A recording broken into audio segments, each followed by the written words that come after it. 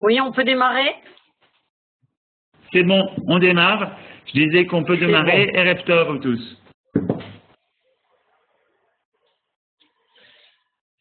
Oui, alors, donc si je comprends bien, notre participante là est nouvelle et n'a pas pu écouter les cours précédents, c'est bien ça?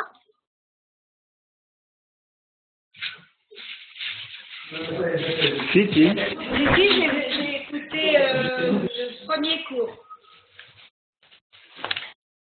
D'accord, alors, le cours de la semaine dernière, nous avons commencé à analyser les penseurs juifs du Moyen-Âge sur le sujet de la tfila, de la prière, et le message qui, jusqu'à aujourd'hui, est resté un message très vivant et fondamental du judaïsme par rapport à cette mitzvah de la tfila, de la prière. Nous avons étudié en premier lieu la position et l'enseignement de Rabbeinu Bachya ibn Pakuda, et qui est un penseur juif de la fin du XIe siècle et qui est décédé vers le milieu du XIIe, contemporain aux autres penseurs que nous allons étudier ensemble. Son œuvre principale, enfin son œuvre, disons, la plus connue, est le fameux Chovot Alvavot, le devoir des cœurs, qui est un code de vie au quotidien, et dans lequel il se particularise, si vous voulez, dans cette mitzvah de tfila, en expliquant la force et l'intérêt dans cette mitzvah de ce qu'on appelle la kavana, c'est-à-dire la concentration de l'homme, ainsi que sa préparation et tout ce qui est nécessaire pour réaliser cette mitzvah dans les meilleures conditions possibles. Et donc, le principe de la kavana joue un rôle fondamental dans son enseignement sur la tfila, sur l'explication et l'analyse de la tfila. Alors, je ne peux pas reprendre tous les points parce que ce serait dommage, évidemment, de nous répéter. Je ne sais pas dans quelle mesure vous allez pouvoir suivre ce que je dis. Si vous avez des questions, je suis prête, évidemment, à y répondre. Nous étions arrêtés la semaine dernière sur un point intéressant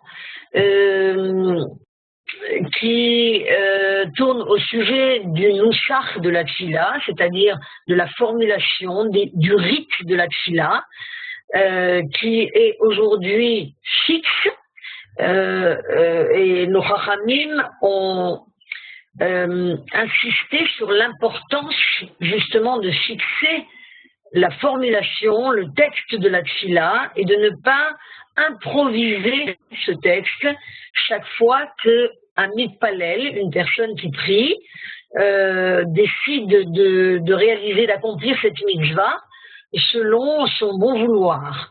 Donc, c'est ce qu'on appelle le nusach kavua de la tfila. Et il y a deux points intéressants que je me permets de reprendre par rapport à cet enseignement-là. Pourquoi est-il nécessaire? Alors c'est un petit peu plus bas encore dans le texte, c'est le troisième point en partant de la fin.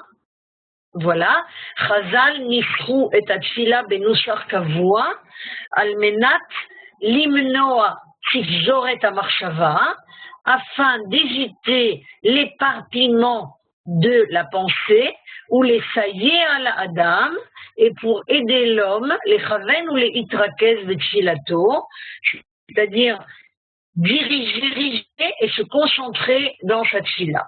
Donc le texte qui est fixé à l'avance aide l'homme à se concentrer dans sa prière.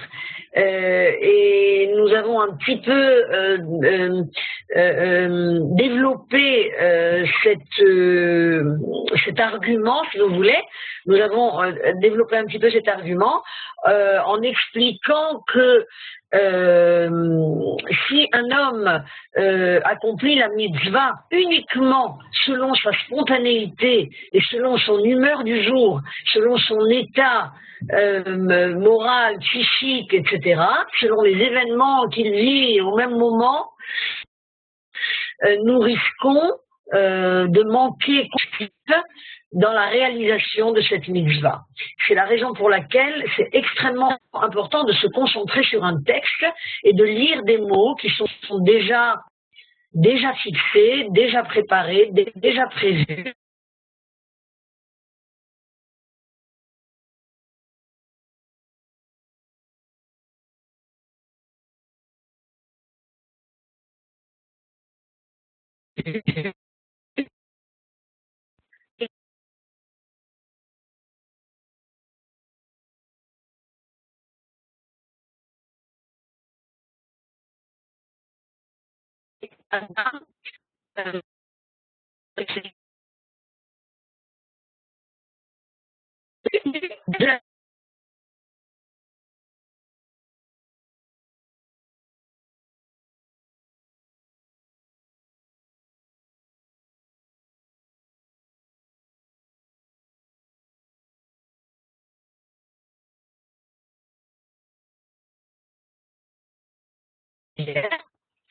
Sont très importants à citer tous les jours,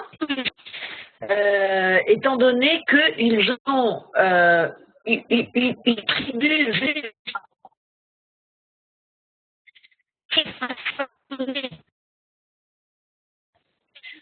la imuna et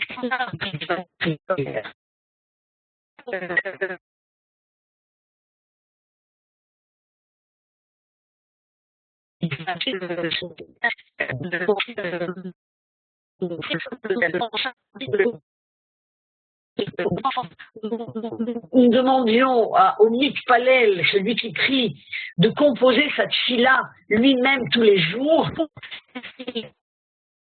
réussirait à obtenir un résultat aussi parfait de ce que nos chachamim ont écrit dans les Sidurim et ont mis à la disposition des Israélites.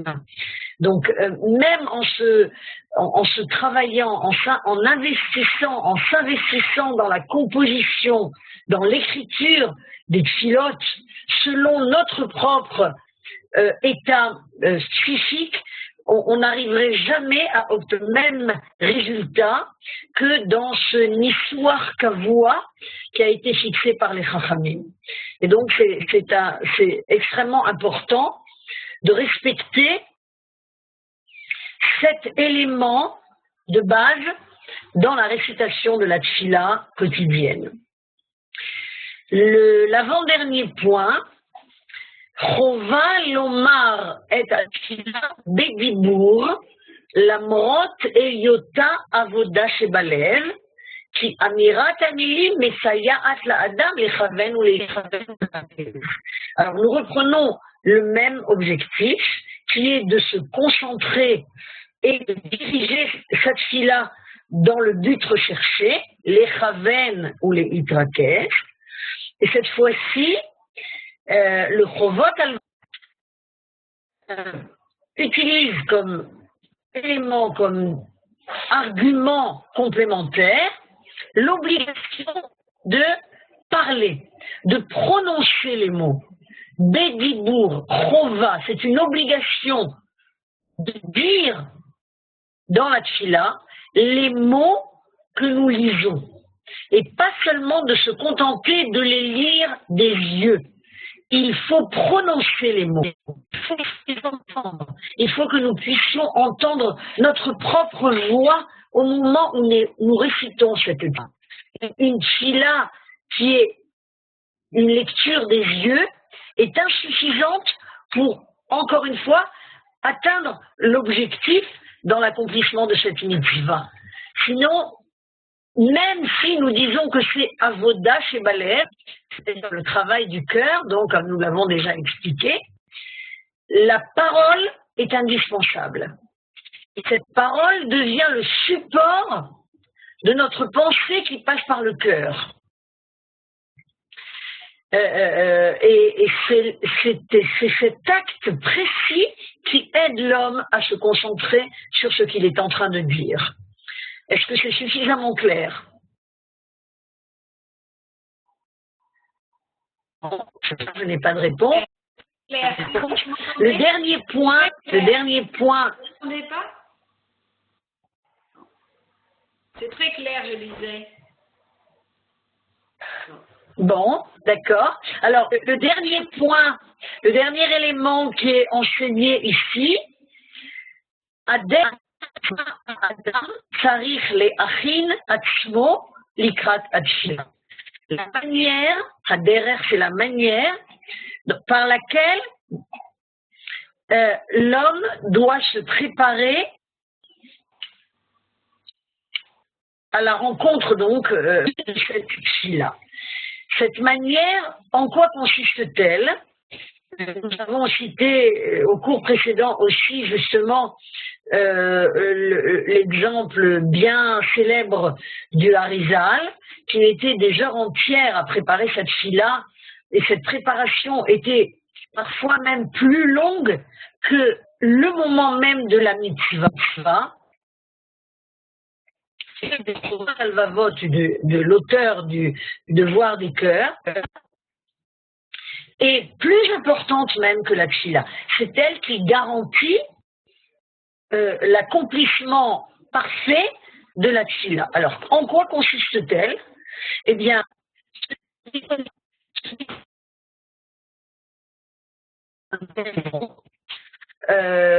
aller à sa place habituelle.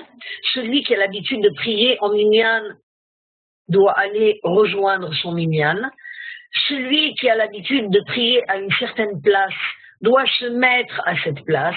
Celui qui a l'habitude d'un certain livre, il reprend son livre. De toutes les préoccupations qui peuvent justement l'empêcher dans sa tête de se concentrer à ce moment-là. Tout cela s'appelle Aderech Ba Adam Sarich Leachin et Atzmo. Toutes ces choses qui peuvent justement être un empêchement, un frein à la condition possible. C'est ça que le Chovot Alvavot appelle la manière dont on doit se préparer à cette fille-là. Alors ça ne peut pas être des petites choses, des petits détails sans importance, et pourtant, dans son enseignement, le Chovot Alvavot insiste sur le fait que sans cette préparation, l'homme ne peut pas réussir dans sa mitzvah, dans cette mission de prier qui tous les jours, et la préparation est tout aussi importante que l'accomplissement lui-même. Et cette préparation, en vérité, ne peut s'appliquer à n'importe quelle autre mitzvah, je le dis et je le répète chaque fois, une préparation, quelle qu'elle soit. Cette mitzvah, si vous prenez l'exemple du Shabbat, comme cette adage des Chachamim qui dit celui qui n'a pas préparé avant Shabbat ne mangera rien pendant Shabbat. C'est tout à fait symbolique de cette achana, de cette préparation qui est, dans le cas de la tfila, extrêmement importante, étant donné que, justement, cette préparation consiste simplement à s'asseoir et réciter un texte. Donc, la préparation est elle-même encore plus importante, étant donné qu'elle doit mobiliser le cœur, le corps et l'esprit de l'homme qui se réunissent à l'accomplissement de la mitzvah. Voilà pour les sources citées concernant Rabbeinu Bachya Ibn Pakuda. Nous allons passer maintenant aux penseurs suivants, dont j'ai transmis aussi les Mékoroth. Et il s'agit de Rabbi Yehuda Halevi. Je ne sais pas le temps qui nous reste, et on a quand même encore quelques minutes. Donc nous pouvons commencer.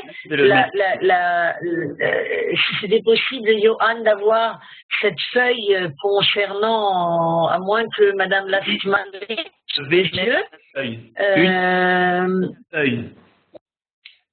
Rabbi Yehuda Halevi.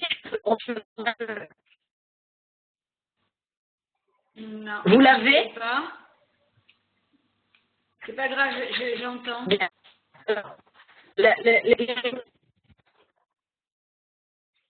Les sources que je vais faire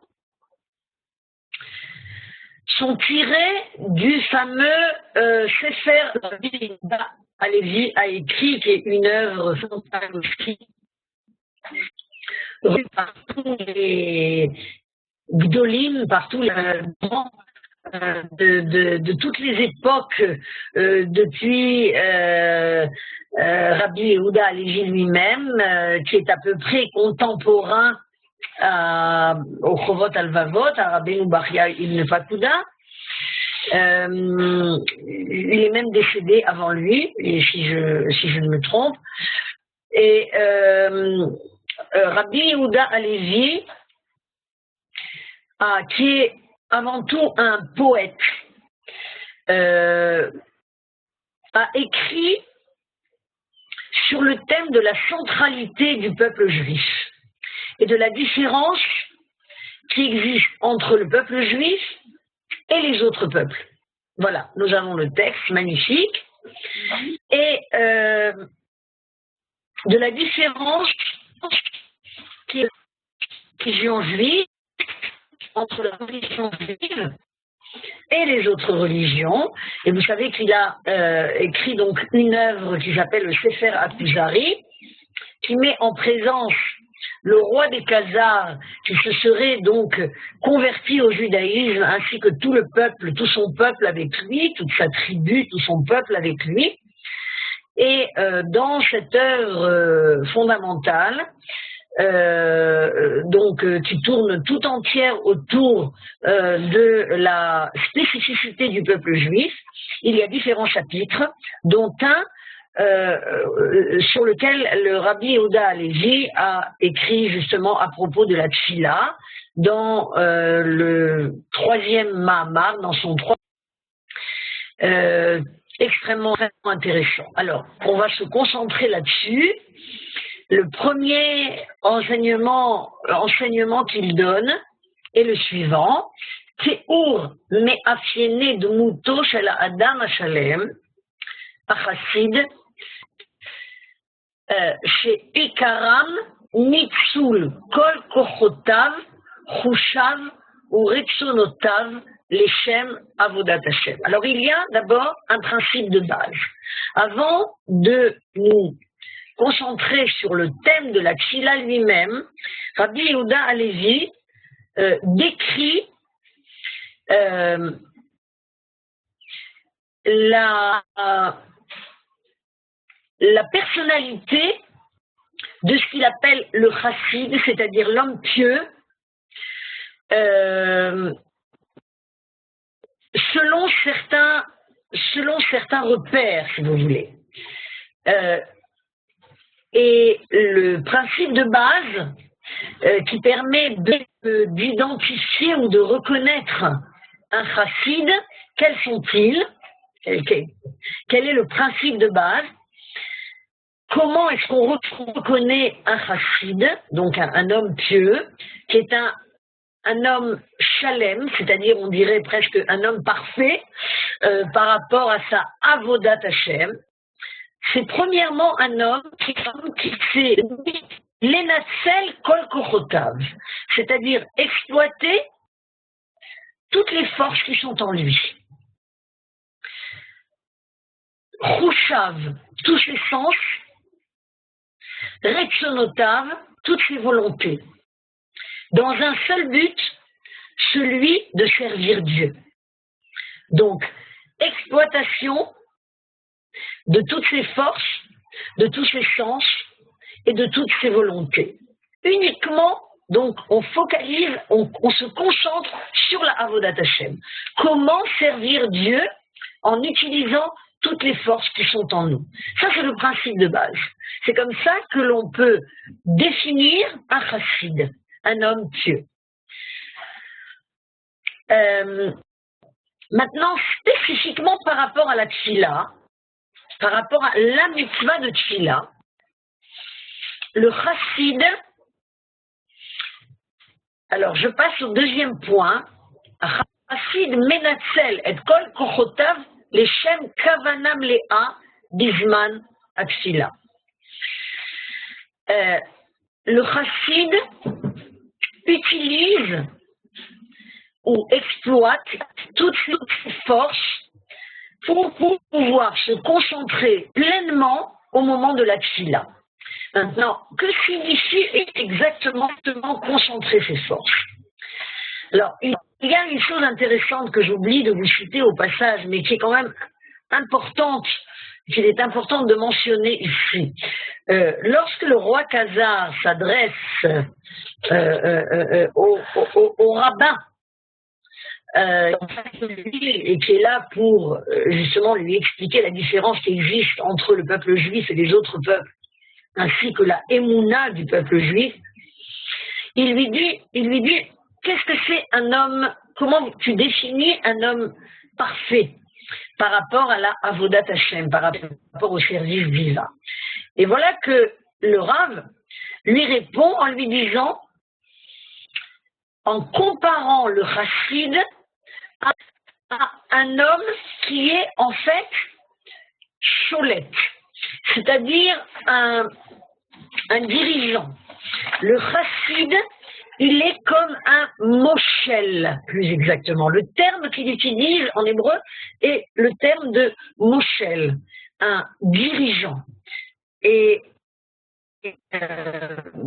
évidemment, Rabbi Yehuda Halevi s'inspire pour donner cette explication, il s'inspire complètement de ce que David Amelech a écrit dans les Tehillim, Moshel Berucho Miloched Ir. Le rabbin veut expliquer au roi Khazar qu'un homme qui apprend à maîtriser ses forces est plus grand qu'un dirigeant qui maîtrise un royaume entier, qui sait gérer tous les éléments qui sont dans son royaume, et qui sait imposer une loi, et qui sait diriger toutes les forces qui existent dans son royaume. Alors le royaume de l'homme qu'on appelle le Adam HaShalem, le chassid, c'est l'homme qui en fait maîtrise toutes ses forces, exactement comme un roi ou comme un gouverneur, comme un dirigeant qui dirigerait son royaume. Et c'est d'ailleurs intéressant de voir que pendant la discussion qu'il a avec le rabbin, le roi Khazar lui dit, mais je ne t'ai pas parlé de Moshel, je t'ai parlé de chassid, je t'ai parlé de Adam Shalem. Et il y a une comparaison, là le rabbin lui répond, mais c'est exactement la même chose. Et c'est la raison pour laquelle, dans ce deuxième point, on comprend mieux cette idée qui est véhiculée, chassid menatzel et kol kochotav, exactement comme le Moshel menatzel et kol kochotav.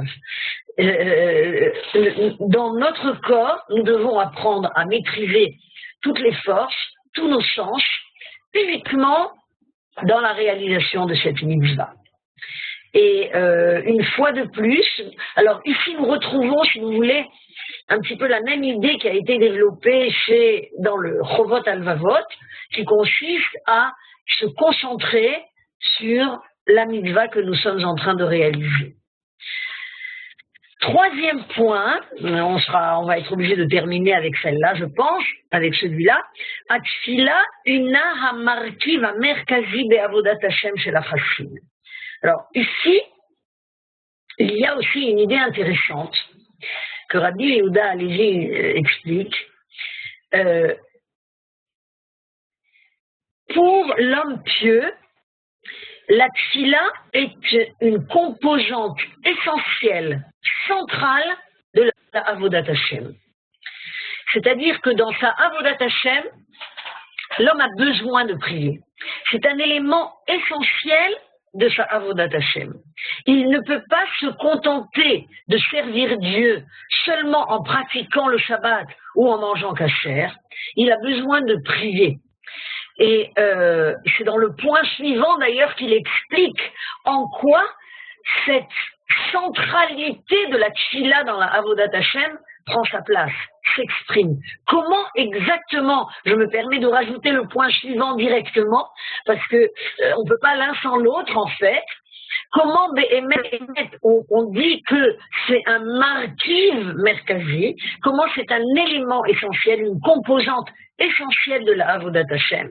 Eh bien, tout simplement parce que l'homme a besoin, regardez ce qu'il y a écrit dans le petit paragraphe suivant, la tfila shte matarot ikariot, la tfila aux yeux de Rabbi Yehuda Halevi a deux buts essentiels. Le premier, à Adam Yotzer Kesher Yashir im HaKadosh Baruch Hu.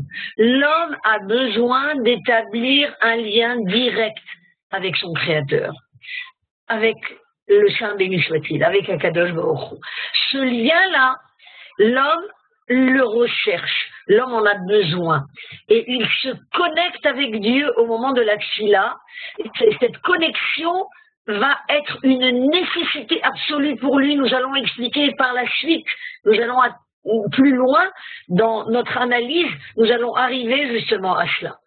Et je voudrais quand même terminer par la deuxième matara, le deuxième but essentiel de la tfila, batfila, hamehava mazon ruchani la nefesh, qui constitue une nourriture spirituelle pour l'être, à Adam, Yotse mishigrat akiyum arigila ou mezaker et nafsho.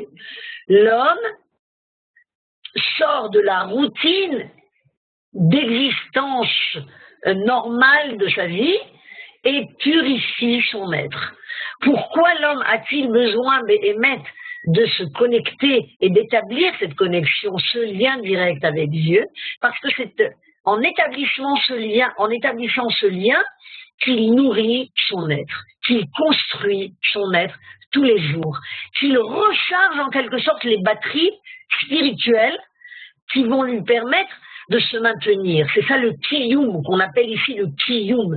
Il y a, si vous voulez, dans notre existence, une sorte de routine qui se fait de manière tout à fait naturelle. Et cette routine-là, elle, quelque part, elle est nécessaire pour que l'homme garde un lien avec Dieu. Mais ce lien s'effiloche. Il se dilue tout au long de la journée. Vous allez voir, on verra ça dans les points suivants que je vous amène. Il se dilue au fur et à mesure que la journée avance.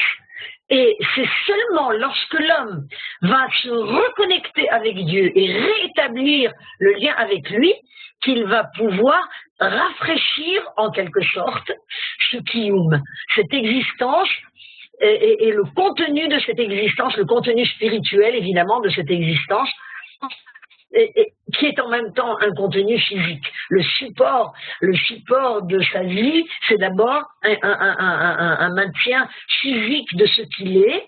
Je pense que, vu l'heure, on expliquera cet élément que au prochain cours, si je ne me trompe pas. Je crois que maintenant, il faut s'arrêter. Hein.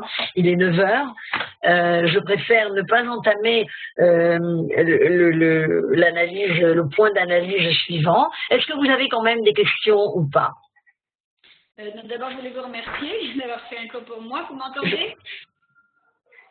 J'entends très mal. Très, très mal. Répétez, s'il vous plaît.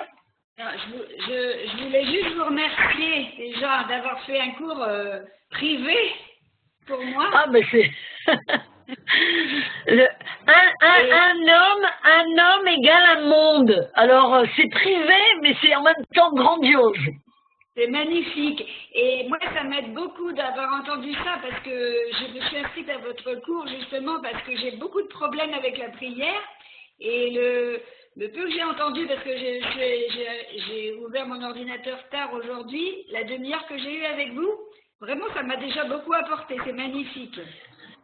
Eh bien, tant mieux, je suis contente. Je suis contente que ça peut vous aider un petit peu. Je me permets ici, Johan, de poser la question. Est-ce que lundi prochain, il y a cours, étant donné que c'est le Ner Rishon de Hanouka? Il y a cours Oui, ou alors, pas? au niveau des vacances, normalement, il y a cours. Si vous n'avez aucun problème, nous, on continue les cours pendant Hanouka. Si vous êtes OK. D'accord. Alors, on se parlera pour être sûr que ce sera possible. Mais en principe, oui. En principe, OK. oui. C'est Bergamo. Bonsoir et merci beaucoup. Merci beaucoup à vous tous. Merci. Et on enchaîne tout de suite avec le cours de M. Gurfinkel sur un autre sujet, sur le conflit israélo-palestinien. Merci à tous. Pour encore plus de cours, rendez-vous sur fr.lilmod.org. Kol tov. Kol tov.